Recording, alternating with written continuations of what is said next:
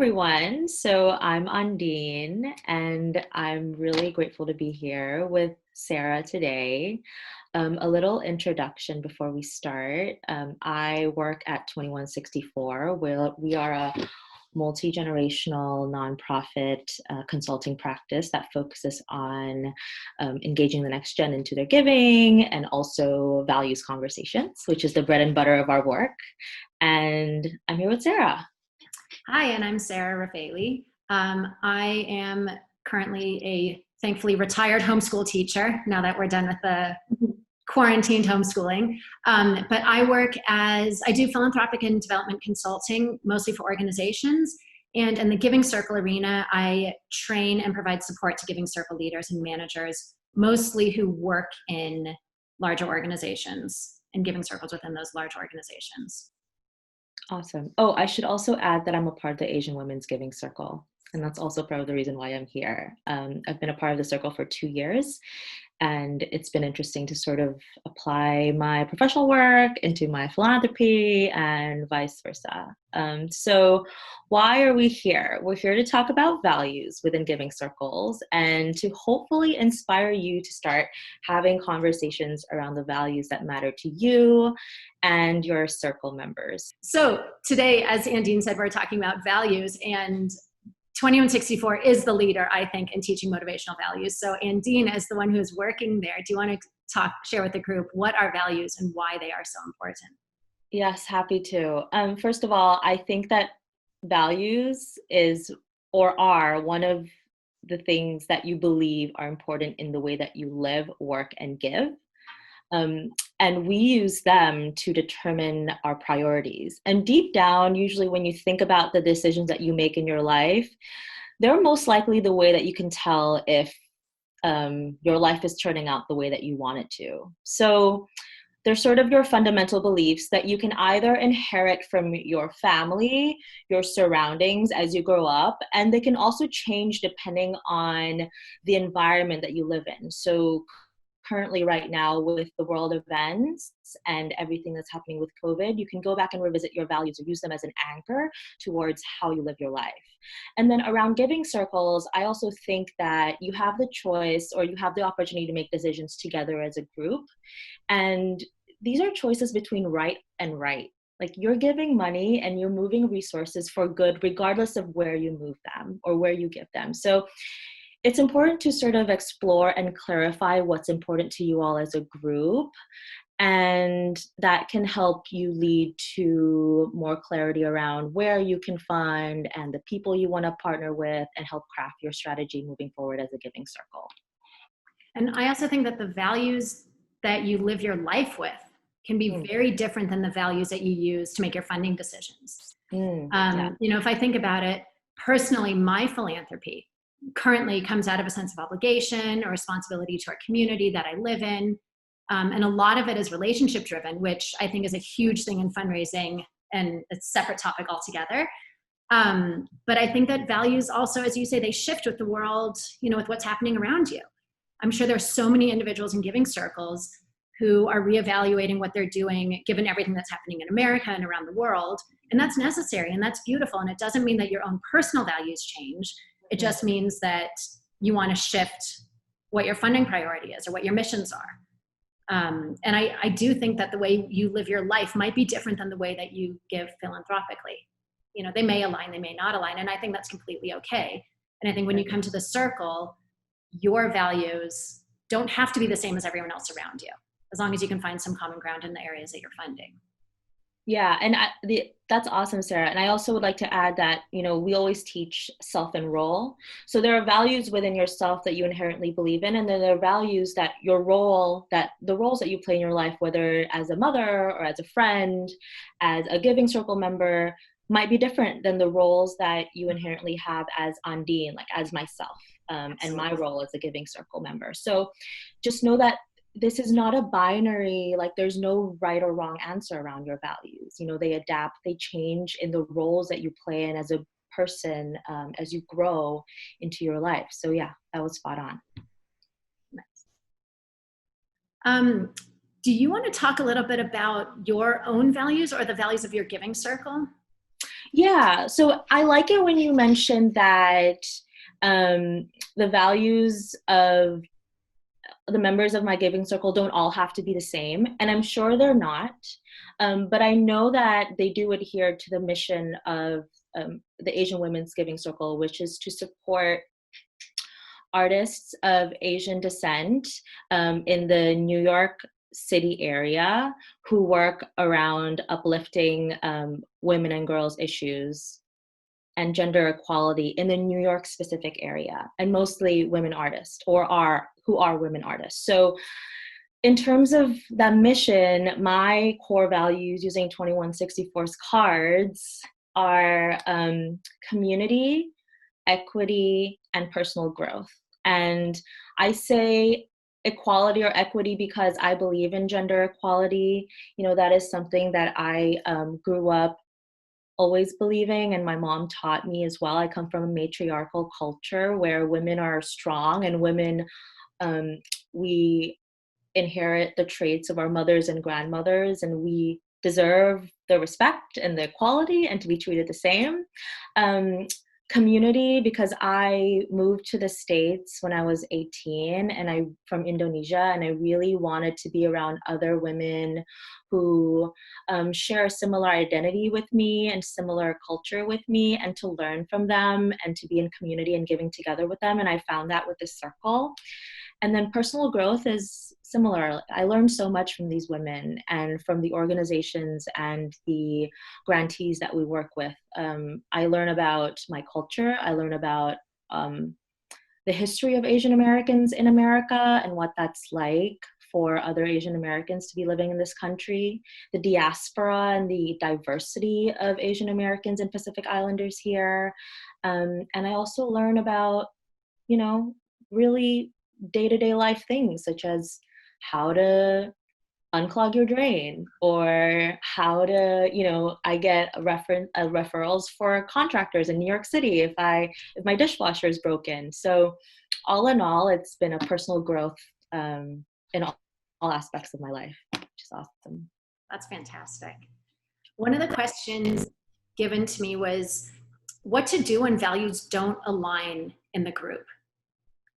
And one of the things that I'm thinking about is, you know, on one hand, you're going to say if values don't align, it's tricky, because what if they're opposite? But then I was thinking about it. Values are not what defines the funding decisions. It defines what you're bringing to the table. It's the mission that's defining the funding decision. So you and I could have completely different values as why we're sitting down at a table together. But as long as our mission is the same, then we can come up with the same philanthropic decision. And one of the things as you mentioned, using these 2164 cards, one of the things I thought about was you could come to the table with justice. Nice. Right? Which says pursuing what is fair and morally right. And let's say I come to the table with innovation. And that is finding new and creative ways of doing things. So technically these aren't the same values. But we could come, you know, we did a lot of work, let's say with foster families, foster children. And you might care only in, you know, making sure that they get what's right and what's due to them in the world.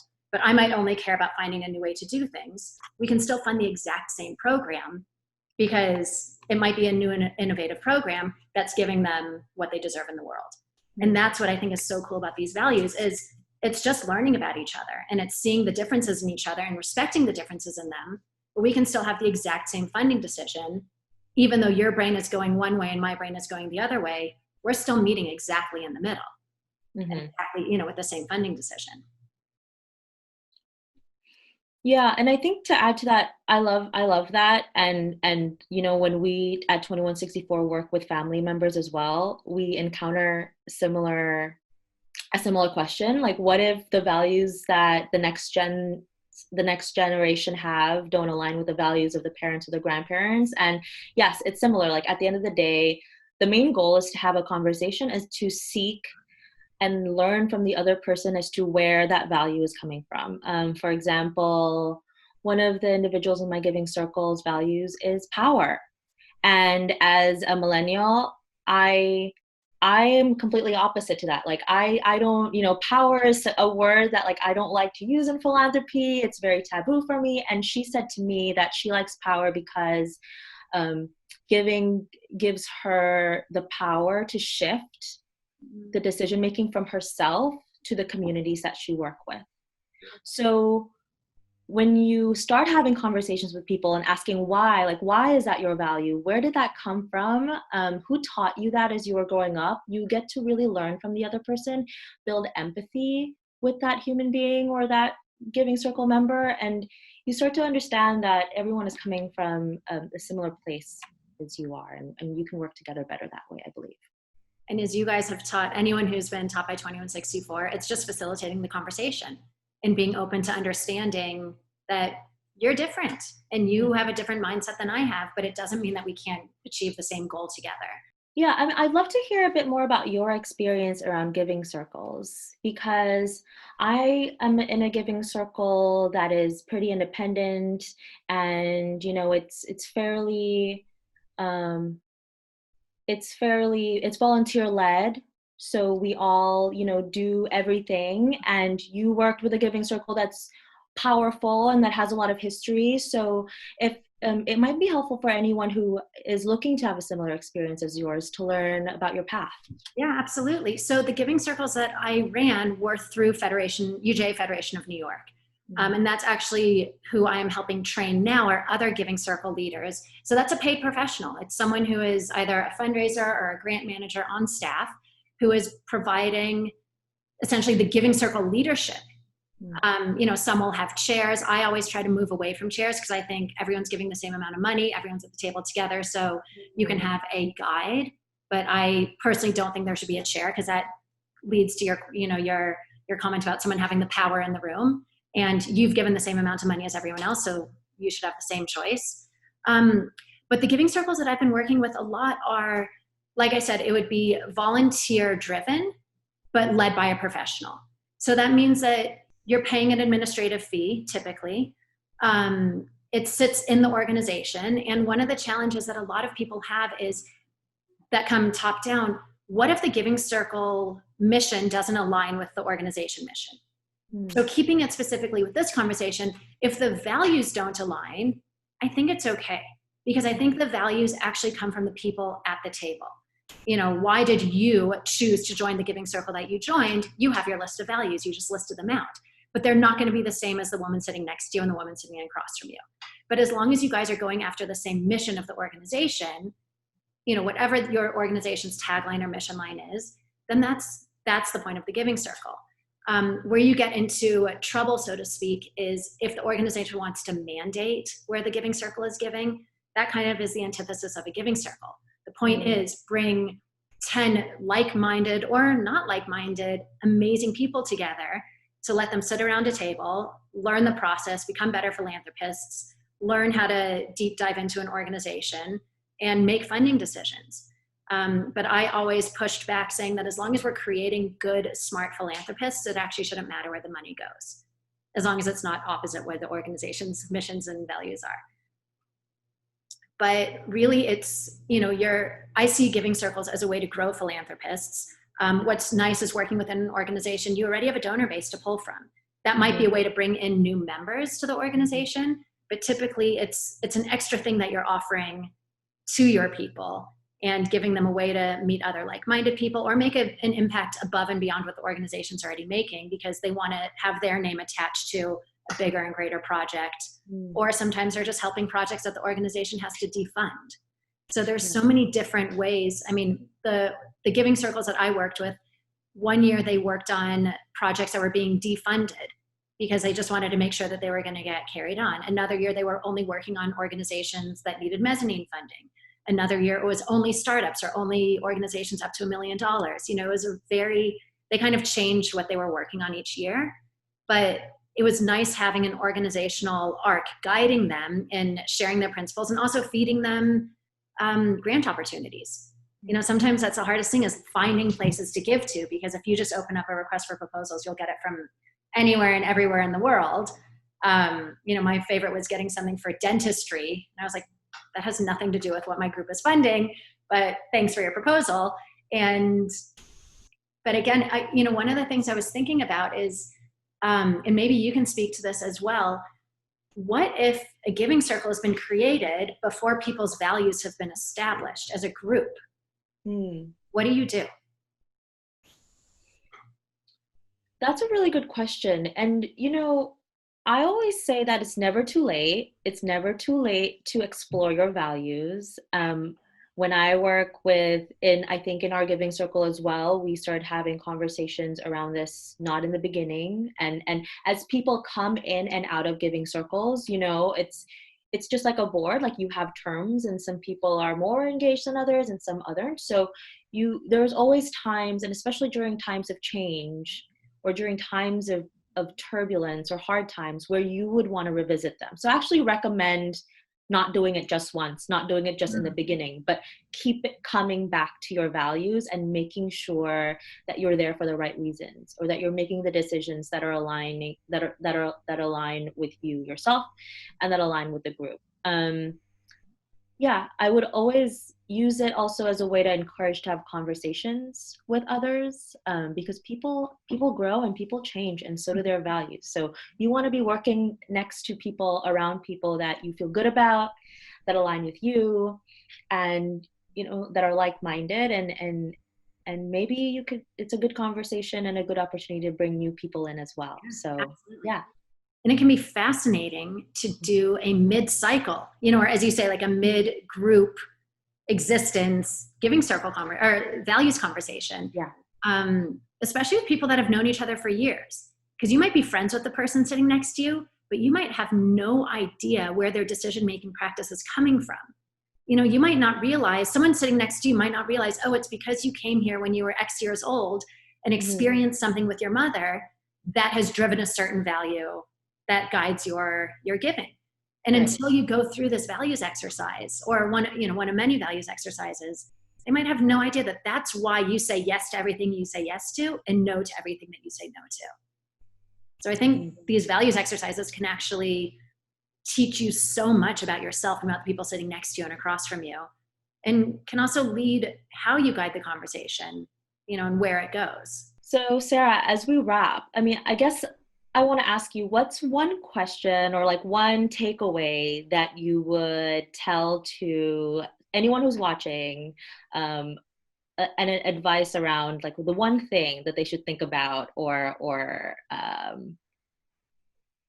remember about our conversation around starting a giving circle? Yeah, absolutely. I think, this is giving circle and values, and there's so many different aspects to a giving circle and starting a giving circle and running it and, funding it. But to realize values are what help motivate philanthropic decisions. Mm-hmm. And when working with a group, everyone can come to the table with different values, but as long as you're still agreeing on the mission and ultimately agree on the funding decisions, it actually doesn't matter what values you bring to the table. It's cooler to sit around the table with people with different values and different motivational reasons. So values are important, and I think they're the deep down driver, and it's the understanding of values that's important, not specifically what the values are. And Andine, what parting words do you have for us about values? Yeah, I just want to echo what you said and say it's the journey that matters. It's how you get there, and matters, I would say, equally or sometimes even more revelational than what you end up with at the end. I guess, and the last thing I would say is that you should do this. It will be daunting at first, and it usually is, to examine your values, to spend 15, 20 minutes to really think about why you made the big decisions that you made in your life and how you want to change that to align with who you are today. Because who you are today is not who you were 6 months ago. It might not be who you were a year ago or 6 years ago. So go ahead and begin and start. And Sara and I and Philanthropy Together will be there along the journey with you. So thanks for tuning in. Thank you, Sara, for this conversation. I really enjoyed it. And yeah.